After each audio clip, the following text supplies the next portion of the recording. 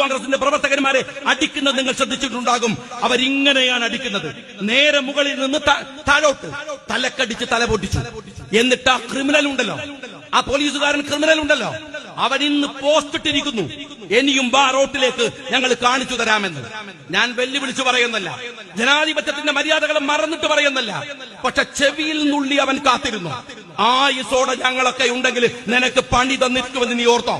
ഇവിടെ നേരം ഇരുട്ടി വരുക്കുമ്പോഴേക്കും അല്ലെങ്കിൽ ഇത് കഴിഞ്ഞാലും നിന്റെ പിണറായി ഈ രാജ്യത്തിന്റെ മഹാരാജാവായിട്ടുണ്ടാകും എന്നൊന്നും നീ വിചാരിക്കേണ്ട കാര്യമില്ല. പക്ഷെ ഒരു കാര്യം ഞാൻ നേതാക്കന്മാരോടും പറയാറുണ്ട്, അന്ന് സംയമനത്തിന്റെ പേരൊന്നും പറഞ്ഞ് ഒരുത്തനും വരരുത്.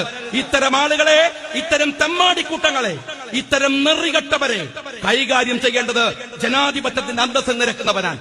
അവൻ പോറ്റുന്നത്, അവന്റെ മക്കളെ പോറ്റുന്നത്, കുടുംബത്തെ പോറ്റുന്നത്, അവൻ അടികൊണ്ട് നിലത്ത് വീണ ആ യൂത്ത് കോൺഗ്രസുകാരന്റെ കുടുംബത്തിന്റെ നികുതി പണം കൊണ്ടാണ്. അവൻ ഓർമ്മയുണ്ടോ?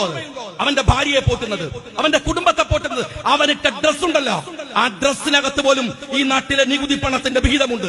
എന്നിട്ടാണ് അവൻ ഈ തെമ്മാടിക്കൂട്ടം, ഇത് പോലീസാണോ അതല്ല പോലീസ് നായ്ക്കളാണോ എന്ന് തിരിച്ചു ചോദിക്കേണ്ട അവസ്ഥയാണ് യഥാർത്ഥത്തിൽ ഇവരിലൊക്കെ ഉള്ളത്. ഇത്തരം അക്രമകാരികളെ വെറുതെ വിടാൻ പാടില്ല. എന്നിട്ട് അവൻ പറയാ, നിങ്ങള് എന്തു ചെയ്യണമെന്ന് കാണിക്ക്, ഞാൻ കാണിച്ചു തരാമെന്ന്. അതേപോലെയാണ് ഇന്നത്തെ ഒരു ഭാഗത്ത് ആശയെ കെട്ടിപ്പിടിക്കുന്ന